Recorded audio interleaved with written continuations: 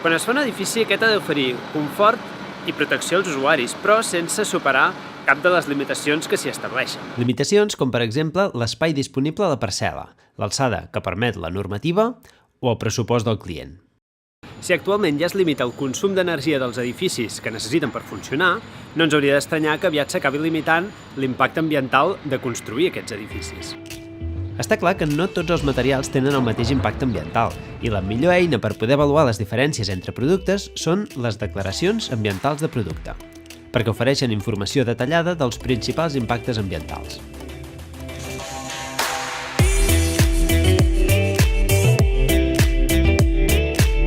En el moment de fer aquest vídeo hi ha dues exposicions a Barcelona sobre el canvi climàtic. Ja fa molts anys que se'n parla, però és que resulta imprescindible seguir insistint en aquest tema perquè, tots els esforços que s'estan fent, seguim incrementant el nostre impacte ambiental.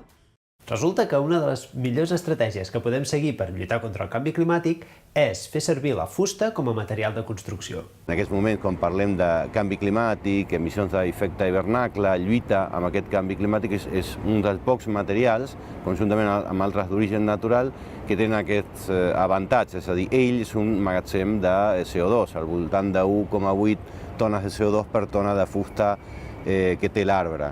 Normalment la fusta que es fa servir per construcció ve de lluny, perquè a Espanya no hi ha les explotacions forestals adequades.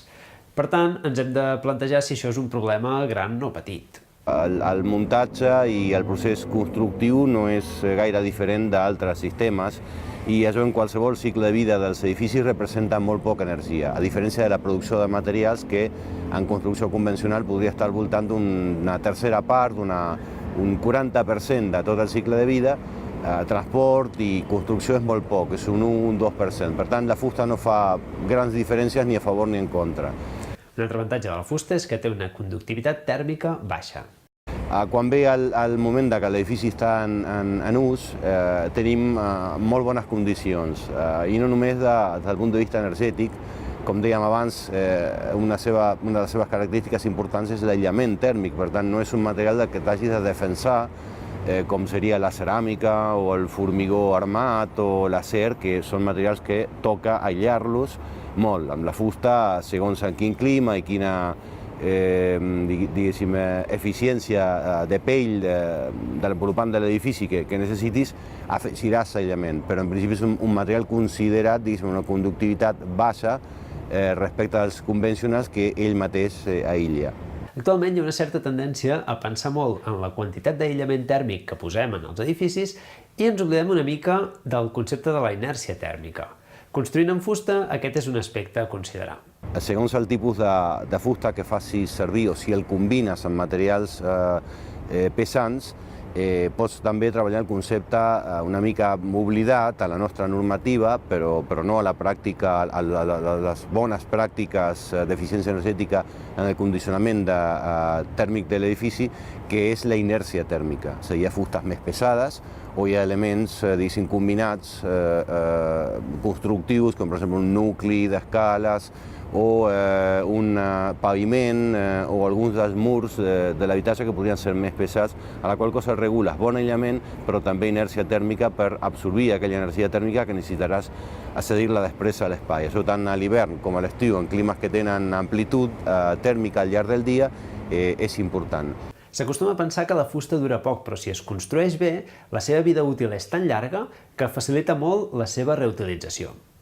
Un edifici que contingui una bona quantitat de fusta, a nivell metres cúbics de fusta, és un reservori d'un material que es pot reutilitzar si el sistema constructiu t'ho permet, si estem parlant de mides més o menys estàndard, com fem actualment, que de cop i volta una porta antiga o una bigueta antiga, si té unes mides que encaixen en la construcció nova, s'estan tornant a fer servir com a element constructiu reutilitzat. Però si no pogués ser reutilitzat, el muntatge en sec i la separació mecànica de les peces, si s'ha tingut en compte com desconstruir l'edifici, en el disseny del sistema constructiu és molt senzill recuperar aquesta fusta i convertir-la en encenalls o en fibres, i amb això alimentar la indústria del tauler, la indústria de la fusta laminada de petites dimensions, etc., com es fa habitualment amb les restes dels talls, dels grans troncs, diguéssim, en què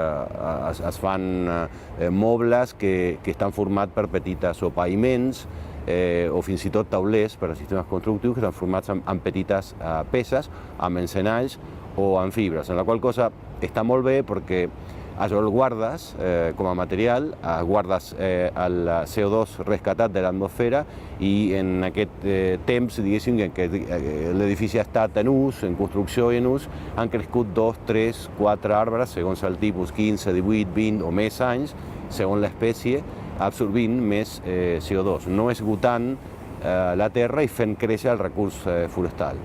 Els professionals de l'edificació tenim una gran responsabilitat a les nostres espatlles, que és reduir l'enorme impacte ambiental del sector. Hi ha molts materials que avui en dia s'estan fent servir que en el futur es faran servir menys perquè tenen un gran impacte ambiental. Altres, com la fusta, tenen un futur brillant. Consulta els impactes ambientals amb el programa DAPCons.